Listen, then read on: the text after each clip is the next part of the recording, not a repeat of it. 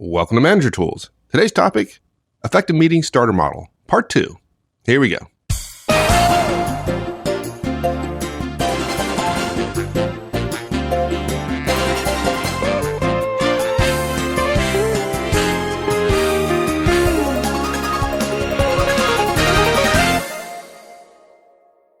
So let's go on and talk about actions you can take, some abbreviated even more than we talked about the first time, that will still make your meetings better than everybody else's.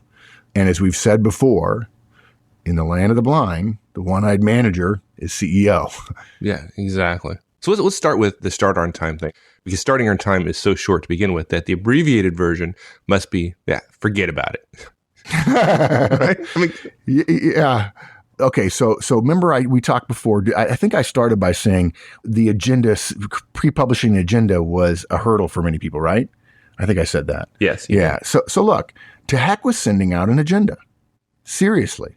I mean, I really, not seriously. We want you to send out agendas, but if you're going to use this stripped down guidance, don't send out an agenda. Oh, I can't believe I just had a little frisson of like, oh, I can't believe I said that. But look, if we have to take small steps, and we're moving in the right direction, fine, let's take small steps. Let's not stand still for days and argue, right? So lots of managers we talk to haven't implemented lots of this guidance because, they don't know how to create an agenda or they don't want to go through the process of thinking whatever, okay? But that said, so many of us are not running our meetings well, and there are some things we can do. So let's be clear about what we mean about starting on time. If your meeting is scheduled to start at 10 a.m., be in the room at 10 a.m. and say to whomever is already there, okay, we're starting. That is all it takes to start a meeting on time. And I'm telling you, folks, it is probably the single greatest improvement you can make with virtually no preparation, no insight, no knowledge, no preparation. There's no hurdle to go over. You walk into the room at 1 minute till 10, or even better, 5 minutes till 10. Because if you're in the room 5 minutes before, people are going to realize he's probably not going to wait till 10 after to start that meeting. She's not going to wait to me from the way she used to do. If she walks in at 2 after 10, well, then we're all kind of okay if we walk in at 5 after. But if she walks in at 5 till, frankly, what most people, wouldn't you agree, Mike? Most people would say, big meeting coming. Yeah, absolutely. Right? Yeah.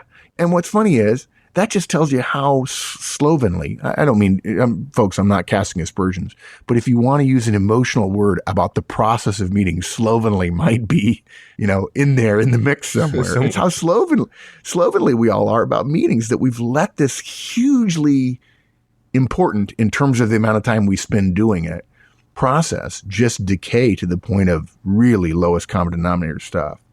So look, your directs are going to immediately notice when you starting on time.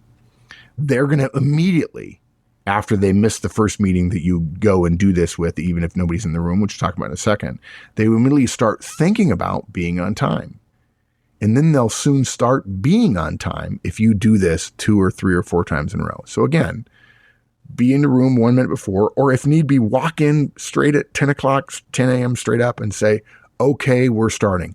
The lowest standard you can meet is to be walking over the threshold of the meeting room at 10 a.m. and say to everybody as you're walking, we're starting. It's better to be in your chair, but you don't have to be. You could just be walking in. Now, related to that, okay? Do this, start the meeting on time, even if nobody else is in the room. Right? Didn't you say that, dude? You asked me about that before, right? Yeah, I did. It's so important. Once we start asking for time on people's calendars, listen to this now. Once we start asking for time on people's calendars and we're holding folks accountable for their time and work, a meeting goes from not really existing, right? Because most people define a meeting as people getting together. And if nobody else is in the room with you, it's not really a meeting. But that's not true.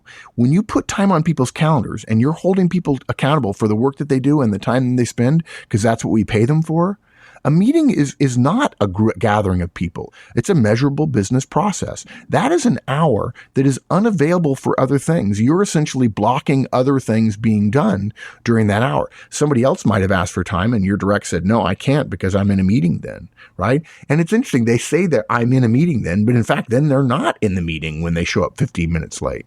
A meeting is not just more than one person in a room if you've actually scheduled it.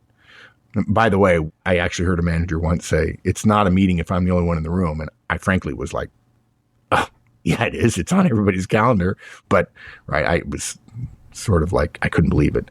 We've seen it happen a lot that when you're in a meeting room and you say, okay, we're starting, folks within earshot then rush to the room. And suddenly, when there was no one in the room at 10 o'clock, at 10:02, there's 8 out of 10 in the room. And then they tell other people as they pick up their stuff from their cube and start moving toward the conference room, hey, wow, the meeting's starting.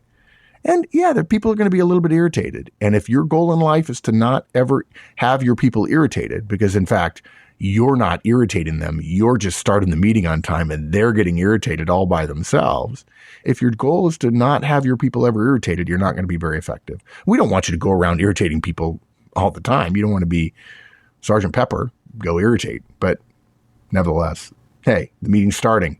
It's because the boss is in the room and said, hey, we're starting. Another point, it's related. It's not critical because I've already mentioned you can walk in at the right moment and say we're starting. It does help to be early. If you're there 1 or 2 or 5 minutes before the start time, others are going to start to realize you're serious, just like I said earlier. Okay. Our third point is a point that we're including here because we know we're trying to make simpler this effort. And there are people who don't adopt professional meeting standards because it'll be hard, or people will be frustrated, or people will disagree and say, I don't want to do it that way. I want to stay slovenly. They might not say that out loud, but there's a thought in their head. There's something like that, right? And so we want you to ignore the naysayers, okay? There are going to be people who grumble. You can just ignore them with one of my favorite phrases in the whole world, which is when they push back, you say, yes, well, and you acknowledge that they said something, but you ignore it, right? Or, look, you can address their specific concerns. It's okay to address their specific concerns. Don't try to include all of their concerns in your effort to become more professional. Unfortunately, all relationships, all margins, and all processes decay. The nature of all things is to decay. And when things decay and it makes things easier for people, they're going to fight you being the anti-decay person and saying, no, we need to professionalize this. We need to step it up. We need to do it right. So on. So every year when you get a new process or process changes in your organization, don't grumble about it. It's somebody looking at the process and realizing things have changed. We're OBE or something's different, and we need to step it back up because all of us as human beings naturally let things slide. It's not bad. It just is. So you can address their concerns, but it doesn't really matter. The talk that you give them, the answers that you give them to their questions are much less important than your action of starting on time. I mean, seriously, how long are we willing to listen to or debate with somebody who complains that your meetings start on time? Well, why are we starting on time? Well, I don't know. Next thing you know, they're going to complain that, well, I don't like the fact that our customers are served well, or we deliver products on time, or we honor our commitments, right? I know it sounds like high D for some of you, but there's nothing wrong with looking at your team and saying, we're going to do it this way because I think we should do it this way. It's a better way to do it. So what if somebody says, I have other meetings that go right to the top of the hour? And look, it's easy. Remember, they're assuming that because you're starting on time, there is pain associated with them being late, okay? Pain that you're going to deliver to them, that you're going to give them negative feedback, or they're going to be embarrassed or whatever. Well, actually, they might be embarrassed, but you're not the one that's embarrassing them. We recommended in our earlier cast, we don't embarrass people who are late. They just come in late, right? So look, what you would say to that is, okay, well, you can choose to leave that other meeting early, or you can be late to this one, but we're not going to wait on you. Now notice, there's nothing in there that says you're going to be in trouble. We're going to punish you. You're going to be a bad person. I'm going to note it and I'm going to get rid of you later because of it. It just says, hey, if you don't want to leave the other meeting early, that's okay. If it's not done, that's okay. Fine. Then you're going to be late to this one. It's a choice you have to make. Now, if they want to draw an inference from what we just said that it probably doesn't look good for them to be late to the meeting, well, okay, that's their inference. And it's not an implication. You're just stating factually that you can choose to leave that other meeting early or you can be late to this one. They'll figure it out and leave it at that. Don't argue with what's in their head. The next thing people often ask is, what? Is this some new standard? Are we doing it better? Or is this the way we're going to do it going forward? And the answer is, yeah, we're going to starting on time. How about the one where folks go, I don't know if you've ever heard this, but somebody said to me once, well, if you're late by 10 minutes, does that mean that we're going to start on time? And since you're not there, we can't start on time. Therefore, the meeting is canceled? Yeah, it depends kind of on how you run your meetings. But the answer is, you could say, yeah, if you like. Look, if I'm 10 minutes late, I'll apologize for being late, and I'll probably reschedule the meeting.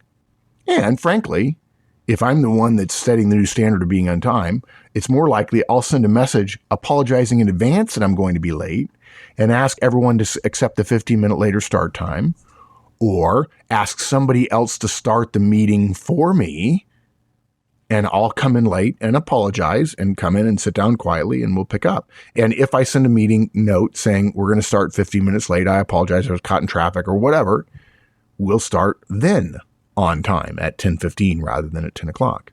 Right. So we often say this is not pain-free manager tools or risk-free manager tools, right? It's manager tools. And if you're going to start some new behaviors, you have some responsibilities, some obligations. And if you say the meeting's going to start at 10 a.m., then you need to do something or start the thing at 10 a.m. or have somebody there. But look, if you set this new standard and then you don't stick to it, all bets are off. Yeah. Feel free to take out a sharp pen and poke yourself in the leg or something a couple of times a day just to remind yourself that self-immolation is not terribly helpful as a professional, as a leader, as a manager. If you can't make it at 10 a.m., there are all sorts of things you can do. You can reschedule it. You can send out a note. Yeah. You can have somebody start for you. So don't let the fear that you often run late because you're required to be in some kind of other meeting with your boss and you can't get out of there. Don't let that be an excuse to not start this meeting behavior. And yet, you and I both agree. You mentioned being in a meeting with your boss, right? Which is analogous somewhat to the person who says, well, I'm in a meeting from 9 to 10, and so I can't get to your meeting on time, boss. Wouldn't it be okay? What's your thinking? You're a VP, and you're in a meeting with the SVP, and you look down and realize you're 3 minutes away from the start of your 10 o'clock, and the SVP is maybe 10, 15 minutes away from being done. Isn't it okay to say, I'm sorry, no offense, boss, but I got to go. I got a meeting in 3 minutes. Yeah. Right? Absolutely. And 90% of the time, it'd be perfectly fine for the VP to leave.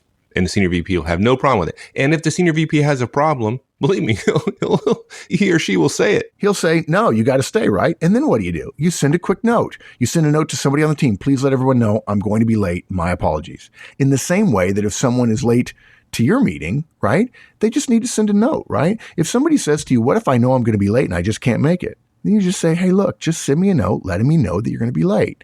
I know stuff comes up, and it's safe to say that we're going to start without you. And the fact that you sent me a note is a class move, and I'm not going to punish you. Now, if every week you send me a note saying you're going to be late, that's a different issue. But I don't mind you being late every once in a while and being kind and professional and send me a note saying I'm going to be a couple minutes late. One more thing relating to things to do to be more effective is I mentioned it already, assign a facilitator for when you're late. This is probably more advanced than we need to be because we talked about facilitator as number 10 and it's not one of our 4 today. But have somebody else ready to start the meeting in the event of your absence and then have them start. Maybe it'll be a little bit messy in the first 5 minutes, but they'll make some headway before you get there. Now, look, there are people who ask us all the time, why are people late?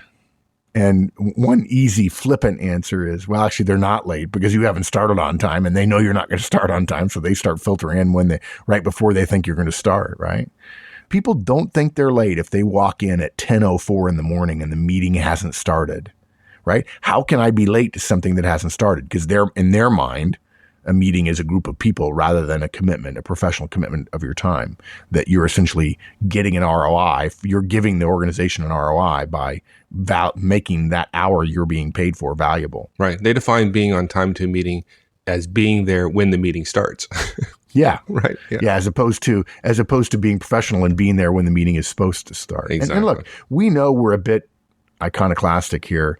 I often tell executives, I just told one yesterday, when you get interrupted, you're the one that causes the interruption. Somebody else who stands by you and says, do you have a moment? You can look at them quickly and say no and look right back at your work and ignore them. It's not that rude, believe it or not. Right. If your head is down and you're working at your desk. When you look up and say yes to someone who's standing in your doorway, you're interrupting what you're doing. By the same token, you can be late to something that hasn't started if we think of meetings as an obligation, a professional obligation, being on time. I gotta be honest here, and I'm sorry because I hate to disappoint people, but I make calculations in my mind all the time about where I need to be and when I need to be. And certainly in my corporate career, less so now, but in my corporate career, I was often requested to be in several meetings at the same time. And you make a choice which one you're going to go to. So if I know a meeting never starts until 15 minutes late, then I'm sorry, and it's probably less than professional.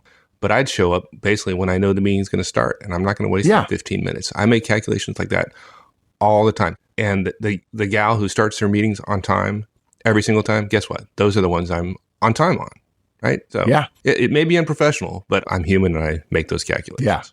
Yeah, and we recognize this is not perfect manager tools. This is not manager for perfect direct tools. This is manager tools. So yeah, exactly right. And that's just exactly what happened with my friend who moved his meeting back to 9:30, right? So starting on time increases the chances that people will be there. You know, look, people are late. They say there's no penalty for being late, right? I'm not late because lateness is a bad thing. And apparently it's not bad because there's no penalty for it. And actually, there's lots of benefits to being late, right? Per your point, right? No sense in sitting around for 15 minutes. Attendees to meetings the professional world over have done the professional and personal calculus, just like you say, and determined it makes more sense to be late. There's no penalty. There's pleasure in being late in terms of, and that you can be effective doing something else. And frankly, there are those who think that showing up late not only suggests you're important, but showing up early suggest you're completely unimportant and you have nothing else to do. And look, we know all those things, and those are all reasons and rationalizations and so on. And it doesn't matter why people are late. The starting point is getting people to, starting your meeting on time, and that will change people's behaviors. Yeah, it's going from the perspective that the issue with folks being late is their issue. And whether it's accurate or not, a more useful perspective would be it is the meeting facilitator's issue. Yes. Right? And don't cede control to the people being late. Start the meeting on time. Yeah. And guess what? People will start being on time. That's the way it works. Yes. So next. Oh, this is one of my favorites. I feel badly about this one. I feel that we did, by starting with pre-publish an agenda, I think the mountain was too high for some people.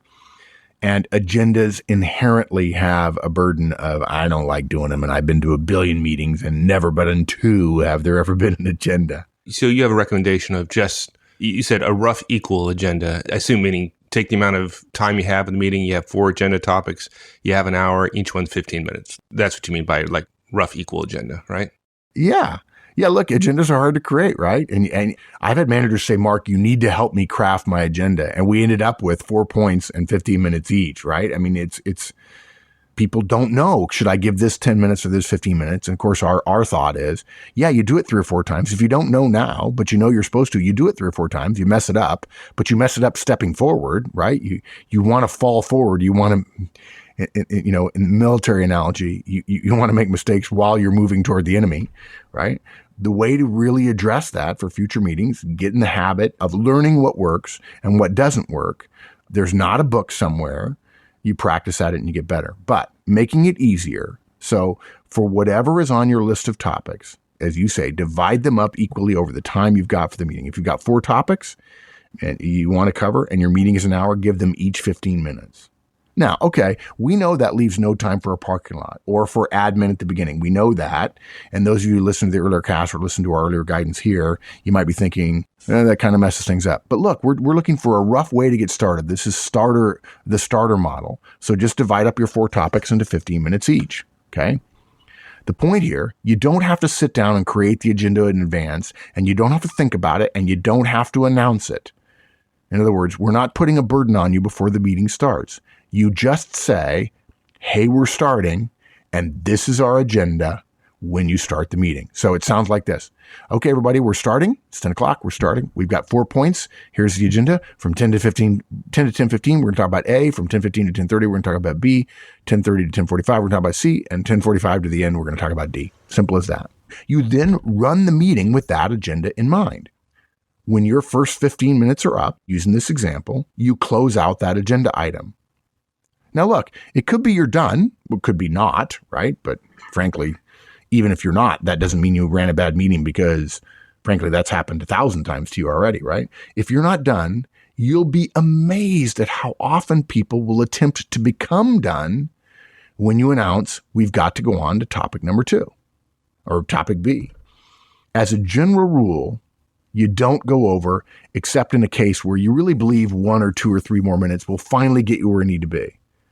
Look, if it's just a briefing, if somebody's just updating you on something, it's not action items being delivered, it's not a decision being made or something like that. You can probably wrap it up pretty quickly. If you're not the one briefing, just tell the other person, hey, time's up. And frankly, if they're not done, they'll learn over time. When you give them 15 minutes, they dang well better be done in 15 minutes. That will happen gradually. And those 2 or 3 or 4 meetings may be a little bit uncomfortable. And yet after that, you'll be in the land of milk and honey. If it's a decision or there's planning being done, you use our next tip, which is about fixing responsibilities, to make sure you capture what's going on and who's going to do what. Again, maybe the first few times you cut somebody off who's talking, they're going to want to have some time at the end of the meeting. But again, after a couple of sessions, they'll learn it doesn't pay to go long. And you've basically got the agenda worked out, and you fix responsibilities at the end of each and go, okay, it's 10:15. We got to move on to the next topic. I know we didn't get it done and we need to learn how to get things done. We may get 80% done on all 4 of our points, but we're going to get through all 4 of our points rather than only get through the first 2 the way we've done so many times. Right. And then you and others participants in the meeting will get better at deciding the collaboration that happens when the agenda is putting together will get better because we have a habit of not being able to get through 4 items, so let's cut it down to 3. And what are the most important 3 things we need to talk about during this meeting, right? Yep. That's how you get better. Fail going forward. Yep. Good. Fail going forward. Good. Yeah. Okay, so you mentioned fixing responsibilities. This is my favorite. Oh, good. It's both of our favorites. Good. Yeah. I just love this one just because it makes meetings not a sit around and blah, blah, blah, right? It's like, okay, work's going to get done, folks. Time to sign up. Right? So basically what happens, what we're recommending here is when you finish an agenda item, okay? Again, not prepared, not pre-published an agenda, just the one you came up with right at the start of the meeting. You need to be sure that the right things are captured or decided upon before you move on to the next item. You've been in meetings, you've been in meetings where you move from A to B and there's stuff that needs to be tidied up, cleaned up, assigned, delegated, delivered, whatever out of A. And it just sort of, I don't know. It's just like it expires. It doesn't really expires like bad it just milk. Kind of right. So look, you need to close out each agenda item, and if you don't do this, you're kind of sending a message of, oh, we'll just continue to talk about this next week and everybody can avoid deliverables and avoid actions and avoid responsibilities. Holy Toledo. If you had a meeting clock in the room, you'd put everybody's salaries in per hour and then you'd figure out how much you were spending every minute in the meeting. You'd be like, oh, I'm not doing any more meetings. I want this done now. Right. So how do you fix responsibilities? It's simple. You say out loud, okay, let's wrap up this item. Let's wrap up A before we go to B. Who's responsible for doing what by when? And then you review the item. If it's just a briefing, you can say, hey, thanks, Bob. Appreciate it. Are there any deliverables that came out of this? Bob, you're not done, so we need 5 more minutes at the end of today. Or send us a note with your key points by the end of the day today. Okay? And by the way, when you do that, when you assign a deliverable, you want to make sure that you say it in a way that causes the other person to say yes out loud. And so that means saying, okay, Bob, so you're going to send us a note with your key points by the end of the day. Right, Bob? And Bob's going to say yes. And then there's no question that Bob is going to say, gee, I'm not sure that I didn't remember exactly. I was thinking about the next point. And so I didn't realize I was supposed to send out the note. And you look at like somebody else is in the room with you at the time that he tells you that next day and you're like, no, that was really clear, right? No, you make it clear by actually saying you're going to do that, Bob, right? And I promise you, the first few times you ask that of people when you're fixing a deliverable, you know what they're going to say? Huh? What? What do you want me? You want me to send out? Oh, okay, I've got it. And then everybody knows we spent 15 seconds on that. There's no doubt in anybody's mind, least of all Bob's. Hey, I'm supposed to do X by a certain time. If the agenda item was designed to deliver a decision, make one. Or ask for input. Okay, we're done, guys. Quick input from everybody before I make a decision. If you don't want to, at that moment, make your decision an action item. Say, okay, I'm on the hook to decide, are we using A or B vendor? I have to have that done by Friday, 10 a.m. I'll send a mail to everybody and we can reach out to both and start planning with the one we choose. Done. And of course, hopefully notes are being taken, but that's not in the starter model, so you don't have to do that if you don't want. The key here is assign the work and make sure the person to whom you're assigning the work verbally agrees to the work they're on the hook for. Again, there's a big difference between saying Bob's going to do X and asking Bob, okay, Bob, you're going to do X by Tuesday noon, right? You got to get verbal assent. We can't tell you. I know you know this, right? You can't tell how many meetings we've been in where it was mostly clear that one person was responsible for something, but as we watched, it sure seemed like that one person was laying low. And you're just like, that guy's getting it. He is just being real quiet, and he's messing with his papers, and he's trying to avoid the boss saying, "Okay, Bob, you're going to do that, right?" And then if you don't pin it to him, he says, "Oh, it was assigned to me. I don't remember it. Hogwash, right? They knew they were using the lack of crispness that we didn't facilitate at the end of that meeting to avoid having that deliverable or to get more time for it. Yeah. And if you're the meeting facilitator, it's your job to stop that. Exactly. Right. And this is the way to do it. Saying, okay, Bob, you're going to do X, what are you going to do by when? Or you're going to do X by this date, right? Yeah. Close it out. Each agenda item by fixing responsibilities. Excellent. And then our last point, finish on time. We talked a little bit about it at the beginning of the cast and made some fun about it, but this is probably the most fun thing to do and certainly the easiest, right? Yeah, and it's kind of surprising for people. It's finishing a meeting is easier to do than starting on time because you're already there, right? To finish a meeting on time, all you have to do is stand up and say, "Okay, time's up. We're done." Now, look, it would certainly be pleasant and professional for you to say 2 minutes beforehand, "Hey, we're ending in 2 minutes," to somebody who's speaking. And we're not saying that you standing up and saying, "Okay, time's up, we're done." We're not saying that isn't a little bit abrupt. It is a little bit abrupt the first time or two you do it until everyone figures out that you really intend to start on time and finish on time and have rough agendas and fixed responsibilities. And they will say, "Oh, okay, we're done." And by the way, that will greatly increase the chances in the last 5 minutes of the meeting when they know you're not going to allow the meeting to run over. They're going to get their stuff in. They're going to agree to things. They're going to ask for things, and things are going to rush to an ending. And look, again, we're not suggesting that you need to make the last 5 minutes incredibly valuable in terms of fixing tons of responsibilities. We want you to do that, but that is separate behavior. If you don't do that, that doesn't eliminate your obligation to end the meeting on time. When 11 o'clock comes for that 10 to 11 meeting, regardless of what you're doing, regardless of what's being discussed, you stand up and say, "Okay, time's up, we're done." Again, the first time might surprise people, but it will absolutely, in addition to that, create different behaviors going forward, which is the whole point. Yeah, piece of cake. Yeah. Again, a meeting is not designed to get 5 things done. And if we don't have those 5 things done, the meeting continues. A meeting is a set time for certain people to get certain things done. And if those things don't get done, you can say the set time is up. Now, if somebody says, we can finish this next point in 2 more minutes, say, "Fine, the meeting's over. Let's have the 2 people that need to do that talk right now." And then let everybody else go. And that's it, right? I mean, that's it. I know this is a long cast, and I apologize for that, but gosh, we go to so many meetings. And of course, we went through the original guidance, and then we hammered the points about how easy it is to start on time. You don't need an agenda because the next point is you can announce a rough equal agenda and learn from that, by the way, what works and what doesn't work in terms of how much time various things take. You can fix responsibilities, and then you can finish on time. Look, you're going to spend a lot of time in meetings, like it or not.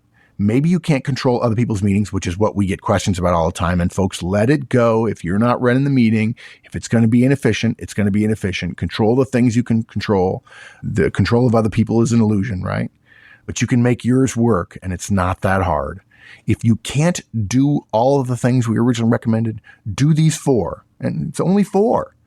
And if you want, just pick one to start and make your meetings the ones that folks want to come to and know are going to be crisp. And look, if 1 or 2 or 3 or 4 of these things is too hard for you as a manager, think about getting out of management or stop complaining about how bad meetings are because, no offense, you're part of the problem. Yeah. And this is something that's doable. And that's why we did it, to make it as easy as possible. Good. All right, my friend. Thanks, partner. Thank you. Thanks, everyone. That's it. We'll see you all again next week. Have a great one.